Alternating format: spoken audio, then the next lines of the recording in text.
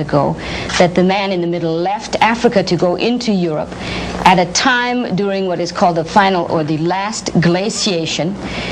The climate in Europe was extremely cold. It was much colder than it is now. And during this period of some 20,000 years, he underwent the adaptation to become what we know as white men.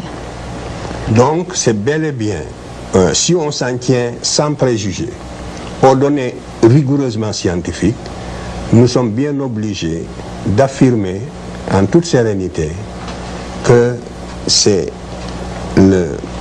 l'adaptation du Grimaldien à ce climat froid qui a donné naissance finalement au type qu'on appelle conventionnellement maintenant le type leucoderme ou l'homme blanc. Le blanc est sorti du noir à la suite d'un processus d'adaptation à un climat froid. Et cela, tous les spécialistes aujourd'hui le savent dans leur fort intérieur, même s'ils ne le disent pas avec autant de netteté. It is very clear to all of the scientists involved in this field, even if they are only able to say it within themselves and unable to say it publicly, that the man that we know conventionally to be a white man evolved from a black man over a period of some 20,000 years of adaptation to a different climate. And if we are to say with any serenity, resting totally on scientific data, that is the conclusion that we must come to. Donc, nous voyons bien que l'humanité, en sortant de l'Afrique et en s'adaptant aux différents climats de la Terre, a donné naissance aux différentes races. Voilà comment les races sont nées. Donc la race est une notion géographique. Si le premier homme que vous voyez au milieu n'était jamais sorti de l'Afrique, il n'y aurait pas eu de différenciation raciale. L'humanité serait homogène et noire. If the man that we see in the middle there had never left Africa to people other parts of the world, and if those people in other parts of the world in different climates had not, through the process of adaptation, become what they are in various regions of the world, all men would be homogeneous and all men would be black.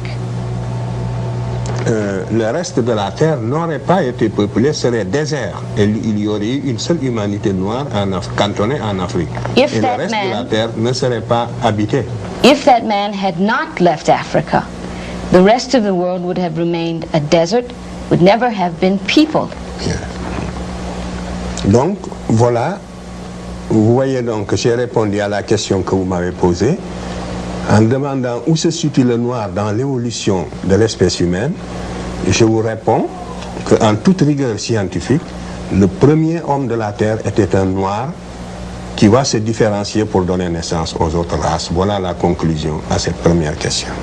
And so to answer precisely your first question, which is or was, to what extent or in what way do blacks figure in the origin of man, the answer is the first man was black, and it was he who gave birth to other races of the world. You have knocked out my first 5 questions. Vous avez annulé la nécessité de poser les 5 premières questions. Si, il faut les poser parce que j'avais noté mentalement des choses auxquelles je voudrais répondre. Même poser-les rapidement. You must still ask them, even if you do it quickly, because he has reserved other information in response to them. Why was it not possible for mankind to have been born in many parts of the earth? Pourquoi n'était-il pas possible que man soit né dans quelques centres dans le monde? Justement, quand les études de paléontologie humaine n'étaient pas encore assez avancées, il y avait 2 théories qui s'affrontaient. When human anthropology had not quite evolved to the extent that it has now, there were 2 theories that kept confronting one another. La théorie selon laquelle l'homme est né en un seul endroit et s'est différencié pour donner naissance aux autres races, celle que je viens d'exposer, avec ses défenseurs. There was the theory that he has just explained, that man was born in one place and became different as he peopled other parts of the world, that theory had its defenders. Il y avait une autre, cette première théorie, c'est celle qu'on appelle toujours la théorie du monogénétisme, c'est-à-dire d'une seule origine de l'espèce humaine. This is called a monogenetic theory. That is, that there was one source for mankind.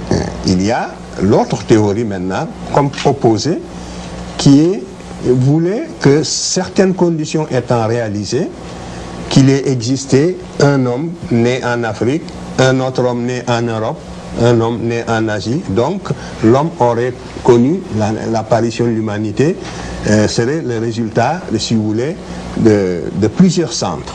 L'origine de l'humanité aurait connu plusieurs centres. Et on appelait cette théorie la théorie du polycentrisme, ou du polygénétisme. The second theory is that of is a polygenetic theory, which believes or contends that man was born in Africa and also in Europe and also in Asia. In other words, that there were several locations in the world where man finds his origin. Et que d'ailleurs, c'est cela qui pourrait expliquer leurs différences. And it is that explains their differences.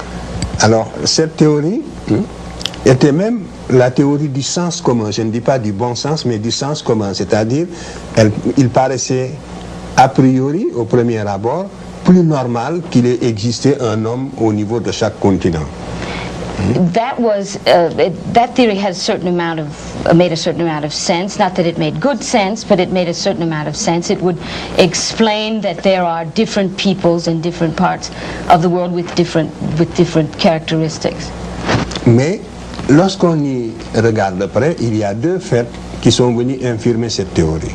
But under closer scrutiny, there were two things that made this theory fall apart more or less. D'abord, la nature ne passe jamais deux fois par le même point dans son évolution. The first is that nature never strikes twice in its evolution. It doesn't ever hit the same place two times. Nature doesn't create twice the same thing. In the animal kingdom, the same being. The same being. In the animal kingdom, you can see that throughout the evolution of animals, a being was created, and it either disappeared or changed somewhat, or a new being completely was created, but never the same being twice.